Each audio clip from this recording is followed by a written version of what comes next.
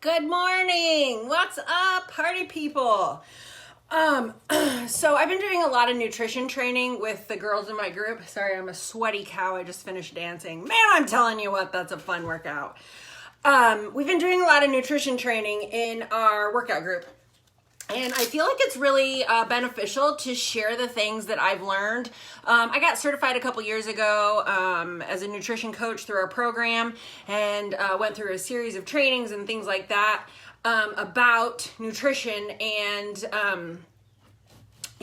just the things that I have learned and experienced personally. So, I'm not a nutritionist, I'm not a dietitian. I'm just talking about my own personal experience with a low carb diet. I did one. I gained about 50 pounds after college, and I was bartending second shift, and I packed on some weight, and so I did a low carb, well, basically a no carb diet at that time, and I felt great. I lost 25 pounds in 6 weeks. I was just like, it was falling off of me. And then I noticed brain fog, and then I noticed constant headaches. My body was just like, I could never quite, make it through the day without caffeine or coffee, or, I was just really struggling. And, within the next 5 years, within the next couple weeks, I ended up going off of the diet, not only gained back the weight that I'd lost, I gained another 25 pounds. So I'm up 50 pounds. And then after losing my grandpa, I packed on another 50 just from anxiety, depression, laying on the couch, inactivity, things like that. And so when I decided that I was going to, search for a healthy option, I started counting calories. I weighed 246 pounds at the time. So I had gained 100 pounds in a really short amount of time. And so I was like looking for anything that I could do to lose an ounce. Like, I didn't care what it was. I ordered cabbage soup from Oprah. Like, I did every diet that ever existed. I mean, if it promised me, I just got rid of an ab rocket like 2 weeks ago that I ordered online, or ordered off of a infomercial. I don't even know. That's how I got into Beachbody, was because I ordered an infomercial DVD set in 2005 off an infomercial. I mean, literally, I did everything. I never used those DVDs, by the way, until like 5 years later. Anyway, long story short, I gained 100 pounds. I was counting calories. At 246 pounds, the calorie counting app that I was using, that's really popular even still today, told me that I should eat 1,200 calories a day. And so 1,200 calories a day when you weigh 256 pounds, what I have learned in the past couple of years, really deep diving into nutrition and studying it and just kind of experimenting with my own self, I was constantly in starvation mode. And so with the calorie counting app I was using, you can log tater tots, you can log cookies, like, it's not teaching you the right amount of foods. So, I was doing workouts at the time. A few years back, probably about 6 years ago, I started going to classes at the gym 5 days a week. I would spin 3 days a week. Sometimes I'd go on Saturday mornings, and then I would do a weightlifting class 3 days a week. And I was diligent. Like, I gave it everything I got, but I never saw the scale move. And even when I did my first Beachbody program, my girl Megan and I, we worked out every day, 90-day program, and I never saw the scale move because I didn't know anything about nutrition. So when I became a coach, I decided that it was my job, if I was going to help people, I had to understand more about my body and what worked for me. And I know some people have to follow a low carb, no carb diet. Like, if you have PCOS, I know a lot of women who struggle with infertility issues have to follow something like that. But for the average person, what I have learned is that when you struggle with an eating disorder, whether that is anorexia, bulimia, or, relying on food for comfort, or binge eating like me, I'm a serious emotional eater. We've got to fix what goes on in here, because if we don't fix what goes on in here, then nothing else. And that goes for your fitness journey, that goes for your relationships, that goes for your job, anything that you are trying to improve upon in your life. It's got to start with a choice to make better decisions and control our fork. So carbohydrates are not bad. What I love about the nutrition plan that I follow is that I don't have to know everything about nutrition I do as a coach so I can lead my girls. But for me, because I am working out, following a workout program, if you're lifting weights, your body needs carbohydrates for energy. And so we follow, a lot of people count macros these days, and we follow a 40-30-30 plan. So the interesting thing about carbs is they come from all different sources.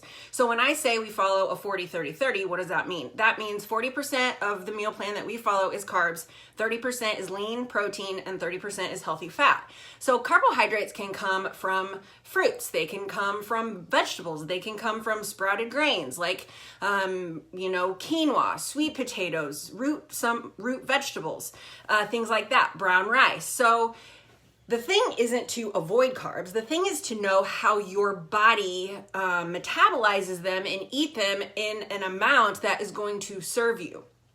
Because what happens when you overeat anything, what your body doesn't use turns to sugar, turns to fat. So when you go out to a restaurant and you think you're making a super awesome choice by eating a salad, most of us know that a restaurant salad is like, it's huge, right? And you're like, oh yes, I'm eating a salad. And so, well, yeah, but when you add the cheese and the bacon and the dressing and things like that, you can actually gain weight from eating salad if you're not learning the proper portion sizes. So this is, and this isn't gonna make sense to you really unless you know what these little color-coded containers mean. But basically, I just wanted you to see the layout. So I know every morning before I exercise, about 60 to 90 minutes before, I'm gonna eat a vegetable, a protein, and a carb. And then I'm gonna eat, after I exercise, a protein for muscle recovery. And then I'm gonna eat a piece of fruit because that restores the glycogen levels that my body burns during exercise. And then within an hour of exercising, I'm going to have a post-workout meal, which is another lean protein, veggie, and healthy carb. And so when I eat a veggie serving, it's 1 cup of vegetables. When I eat a protein serving, it is 3/4 cup lean protein. When I eat a carbohydrate serving, it is 1/2 cup of healthy fiber-filled carbohydrates. And so we have 2 different meal plans that we work through within our platform that whatever workout that you're using, you can eat either plan. If you physically cannot exercise or you're not ready for exercise, you can follow either of our nutrition programs. And the cool thing is I'm eating in weight loss right now because I've got about 10 to 12 pounds I want to lose. But some people, if you're within 5 to 10 pounds of your weight loss goal, you need to eat in what we call maintenance. And so we follow a very specific formula, which is your current weight times 11. And then if you're working out a moderately challenging workout anywhere from 4 to 6 days a week, 30 minutes or so, you're gonna add 400 calories to that. And then that is what is called your maintenance calories. And then your maintenance calories place you in a bracket if you're following our one specific meal plan. Places you in a bracket. So I know every single day I'm gonna eat a range of 15 to 1800 calories. I don't have to worry about the macros and how those are all broken down because within each plan, it's already figured out for me. So that's why I love what we have here because I don't have to guess. I have to pick the foods from the very lengthy list that we have and I get to eat whatever I want. So this morning for breakfast, I had a piece of buttered toast. I had 2 scrambled eggs with a cup of spinach. Sometimes I'll make pancakes from our cookbook. I get to eat 2 pancakes for breakfast. Sometimes I'll scramble a sweet potato. I know a lot of people don't love sweet potatoes, but quite honestly, they are one of the best, most fiber-filled carbohydrates you can put in your body, and they are amazing for a pre-workout. Beans are a great source of carbs, but they are also a protein. So when I talk to you about the 40-30-30 macro count that we follow, beans can fall into the carbohydrate section or the protein section. So it's really interesting how when you really sit down and try to learn about nutrition, you will find a much better and more fun way to eat. And I just want to tell you that unless your doctor tells you that you shouldn't eat fruits or vegetables, which I can't imagine a doctor really saying that, just be really leery of anything that tells you not to eat fruits or vegetables because the good Lord put those things on the earth for us to eat. in moderation. And when you eat processed food, I don't care if it's gluten-free, if you don't have celiac disease, you don't have to eat gluten-free. And one of the things I hear all the time is, I've been eating gluten-free and I'm actually gaining weight. Well, if you look on the ingredients of any food that you buy in a box, it is made up the majority of the first 3 ingredients.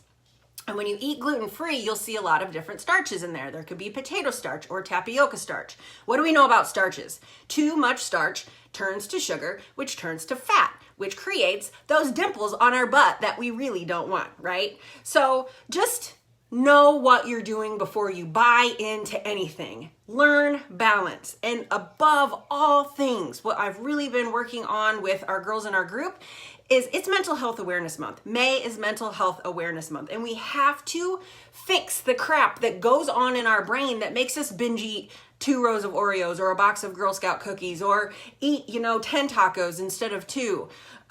If we don't learn to dig up the roots and the seeds of the thing that push us to binge drink, binge eat, take pills, overshop, spend money we don't have, anything that we overdo, if we don't fix that in here, nothing that we ever do is going to put a Band-Aid on it. So find a podcast that speaks to you. I love Jenny Allen. I love Rachel Hollis. I love Brene Brown, Holly Girth. You can find so many free podcasts on your phone. You can find people out there who are nutritionists and dietitians. Ilana Molstead, if you don't follow her on Instagram, follow her. I relate to her really well. She created one of our programs, and she talks about the 2 bunnies, which is water first, veggies most, track, and weigh in or something like that. But just understand that nutrition isn't complicated. The more you move your body, the more you need to eat. And I see people all the time that struggle coming into our group because they have to eat a ton of food. My boyfriend's sister-in-law had a baby in this past fall, and she joined our workout group, and she had to eat 22 to 2,400 calories every day because she was breastfeeding. She needed to make up for those calories, and she's only exercising 30 minutes a day. She's doing a low impact postnatal bar program. And she's like, how in the world am I going to eat all of this food and lose weight? And within the first 3 weeks, she lost 12 pounds and 11 inches. So less is not more if you're exercising and eating. And anything that tells you don't exercise or don't eat carbohydrates or don't eat fruits or things that come from the ground, please, I beg of you, do your own research. I have learned the hard way so many times, and there's a better way to do it. You can work out for 30 minutes a day. You can eat a ton of food. You can have pasta in moderation. You can have treats in moderation. It's about living a balanced lifestyle. It's about loving yourself enough on the inside to work on the things here between your brain that keep us from actually healing from the crap we don't actually want to talk about. And you've got to heal from that stuff, because no diet, no quick fix, no anything is ever going to fix you. Give that crap up literally to Jesus and ask him to help you with self-discipline. If you got Jesus in your heart, self-discipline is a fruit of the Spirit. And I got this little verse tattooed on my wrist right here, 2 Timothy 1:7. For God did not give her the spirit of fear, but the power of love and self-discipline. And that is my daily reminder that I don't have to live in fear of food, of anything. I can just focus on him and allow him to give me the self-discipline and healing in my body and in my brain that I need. So please do not diet. Just do not. Unless your doctor tells you that that is what you need for a physical medical treatment, there is a better way. And if you need some help, I am here. Please, do your own research. Don't take my word for it. I had to figure it out the hard way. Maybe that's what you need too. But we're kicking off a new challenge group May 31st. We're going to dance our way to fit. We're going to eat a ton of food. We're going to eat pancakes and whatever the heck else we want to, because food is delicious and it should be enjoyed. So just my 2 cents. Happy Tuesday.